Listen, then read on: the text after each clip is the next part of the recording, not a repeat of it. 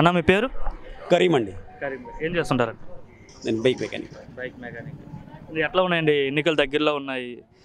మీది విజయవాడలో ఎలా ఉన్నాయి రాజకీయాలు? విజయవాడలో ఉన్న సిటీలో ఉన్న 3 స్థానాలకు సంబంధించి ఏ పార్టీ గెలిచే అవకాశం కనిపిస్తుంది? 3 స్థానాలకి 3 స్థానాలు వైఎస్ఆర్ కాంగ్రెస్ పార్టీ గెలుస్తుంది. ఎట్లా గెలుస్తుందండి 3కి 3? వెస్ట్లో ఉన్న ఎమ్మెల్యేని తీసుకొచ్చి సెంట్రల్లో పెట్టారు. సెంట్రల్లో ఉన్న ఎమ్మెల్యేకి టికెటే లేదు. సెంట్రల్లో ఉన్న ఇప్పుడు ఎవరైతే వెల్లంపల్లి పెట్టారో ఎట్లా గెలుస్తాడు ఆయన? ఉన్నది వెస్ట్, వచ్చేసి ఇక్కడ పోటీ చేస్తే ఎట్లా గెలుస్తాడు ఆయన? ఈరోజు ప్రజలందరూ చాలా స్పష్టంగా ఉన్నారండి.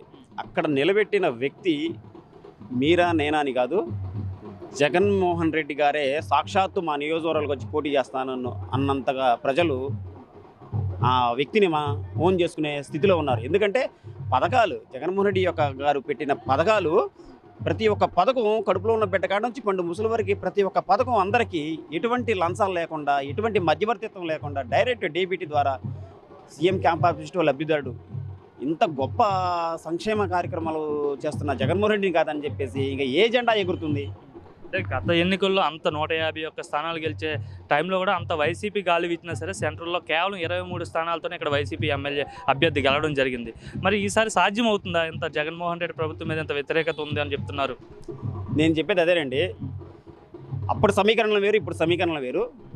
2019లో జరిగిన ఎన్నికలు వాస్తవంగా టీడీపీ ఎంత ప్రలోభాలు పెట్టినా కానీ మొత్తం వైఎస్ఆర్ కాంగ్రెస్ పార్టీని నమ్మి మళ్ళీ ఆ ప్రభుత్వం కావాలని చెప్పి జగన్మోహన్ రెడ్డి గారు చెప్పిన నవరత్నాలు పథకాలు ఏవైతే ఉన్నాయో అవి వాళ్ళు కావాలనే ఉద్దేశంతో మొత్తం రాష్ట్రం మొత్తం మూకుమ్మడిగా ఏదో ఒక చోట కూర్చొని చెప్పుకొని మాట్లాడి ఓట్లేసినట్టుగా మొత్తం ఈరోజు 151 స్థానాలు గెలుచుకుంది.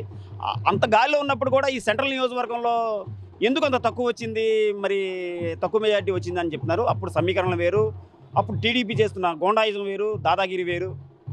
ఇప్పుడంతా జగన్మోహన్ రెడ్డి గారి పరిపాలన అంతా సంక్షేమం, అభివృద్ధి ఈ దిశగానే అడుగులు వేశారు. ప్రజలందరూ నియోజకవర్గంలో దాదాపుగా ప్రజలందరూ 99% పథకాలు అందుకున్నవారే.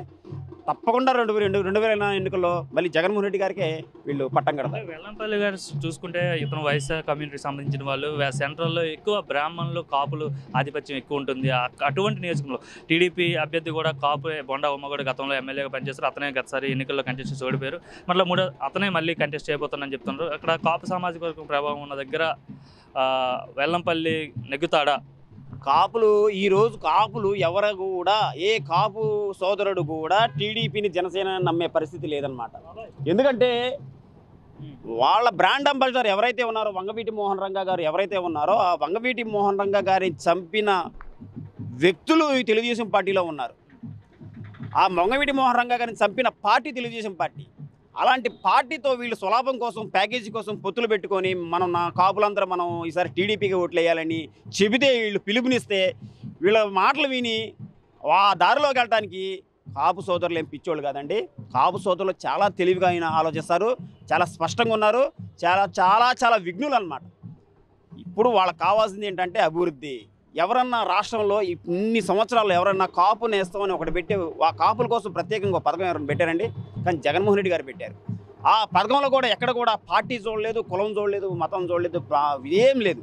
కాపు అయితే చాలు, నువ్వు అర్హత సాధిస్తే చాలు కాపు నేస్తం వస్తుంది. ఇలాంటి పథకాలు ప్రవేశపెట్టిన జగన్మోహన్ రెడ్డి కాదని చెప్పేసి ఈ కాపు సోదరులు పవన్ కళ్యాణ్, చంద్రబాబు నమ్మి వాళ్ళ బొట్టలో పడతారని మనం అనుకోవడం మన అమాయకత్వం. అంటే ఇటుపక్క జగన్మోహన్ రెడ్డి ఒక్కడే ఉన్నాడు, అటువైపు చంద్రబాబు నాయుడు, పవన్ కళ్యాణ్, బీజేపీ, శర్మిల రూపంలో అంటే కాంగ్రెస్ రూపంలో శర్మిల, వీళ్ళంతా ఒకటవుతున్నారు కదా. మరి వీళ్ళందరినీ జగన్మోహన్ రెడ్డి తట్టుకొని నిలబడతాడు? అసలే 40 ఏళ్ళ రాజకీయ చరిత్ర ఉంది, రాజకీయ చాణక్యుడు, అపర చాణక్యుడు అని చంద్రబాబుని అంటారు. అతని ముందు ఇతన వ్యూహాలు ఏమైనా ఉంటాయి అంటారా? చంద్రబాబు నాయుడు గారు ఇప్పుడు కొత్తగా పెట్టుకున్న పథకాలు పొత్తులు కాదు కదా.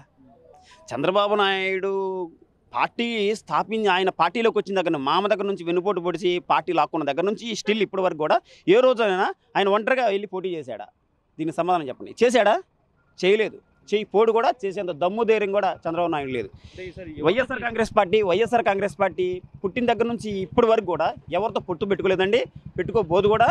వైఎస్ఆర్ కాంగ్రెస్ పార్టీ పొత్తు మొత్తం ప్రజలతోనే ఉంటుంది. ప్రజలతోనే వాళ్ళ ఎవరైతే పొత్తు ఉందో ఆ పొత్తు ప్రజలతోనే పెట్టుకుంటారు. పైన భగవంతుడిని, కింద ప్రజలు తప్ప జగన్మోహన్ రెడ్డి ఎవరి మీద ఆధారపడరు.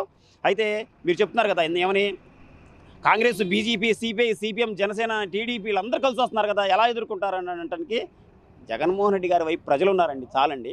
వీళ్ళంతా కాదు, భారతదేశంలో ఉన్న పార్టీలు మొత్తం ఏకమైపోయి జగన్మోహన్ రెడ్డి గారిని ఓడించాలన్నా కానీ వీళ్ళ కలలుగానే మిగిలిపోతాయి, కానీ నిజం కావని చెప్పి నేను చెప్తున్నాను.